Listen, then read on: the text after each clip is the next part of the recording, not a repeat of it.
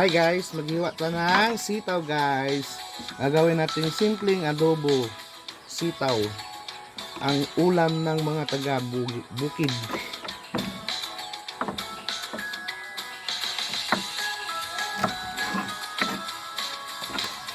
So, maghiwa tayo guys. Liitan natin. Ay, nahulog.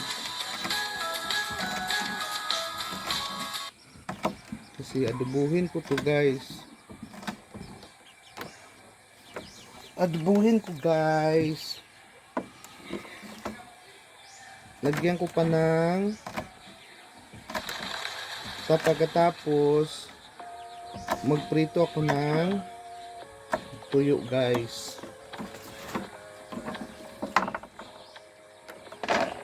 Yan.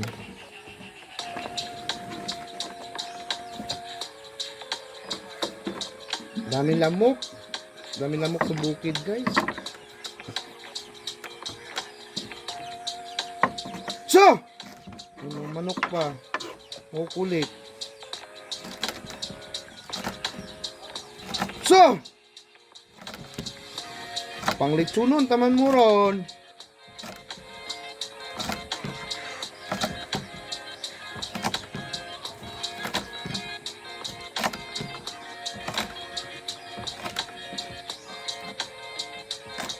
Yan guys.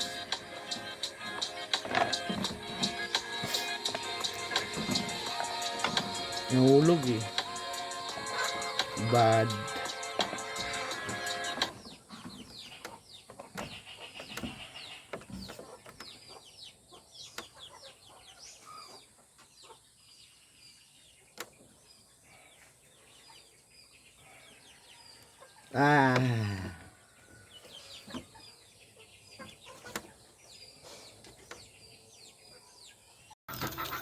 So guys, maghiwa tayo ng sibuyas.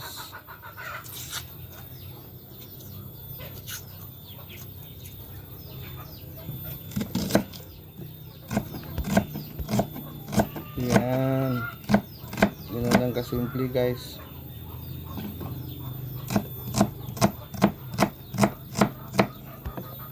Okay. Tapos, bawang naman guys.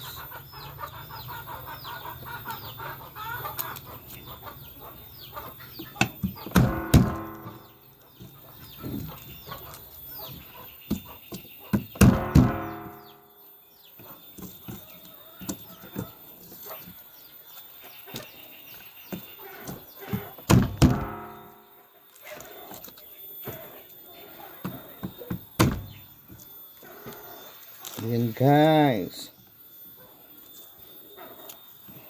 Okay. Tapos dudurugin natin kunti guys.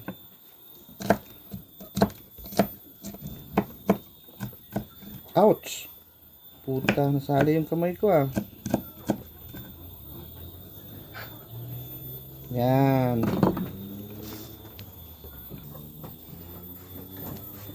So ayan yung yan lang yung ano natin sangkap guys. At saka ito. Yan. Gawin natin siyang adobong sitaw. Okay? So ito na tayo guys. Madilim ang aking paligid. Dahil walang kuryente.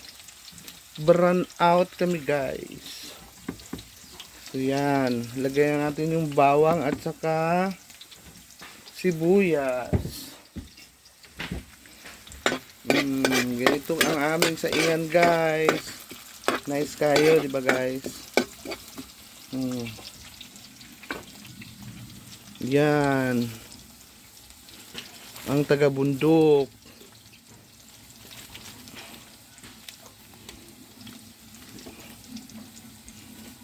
Ang irap sa bundok guys.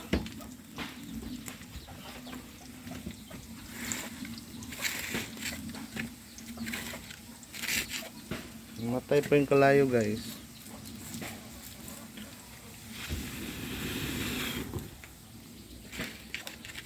Kakatuwa talaga guys pag sa bundok, no? Yan, so lagyan natin yung sitaw guys.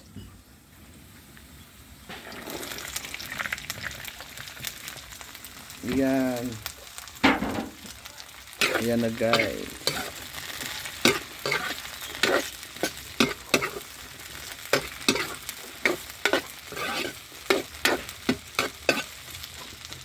Yan.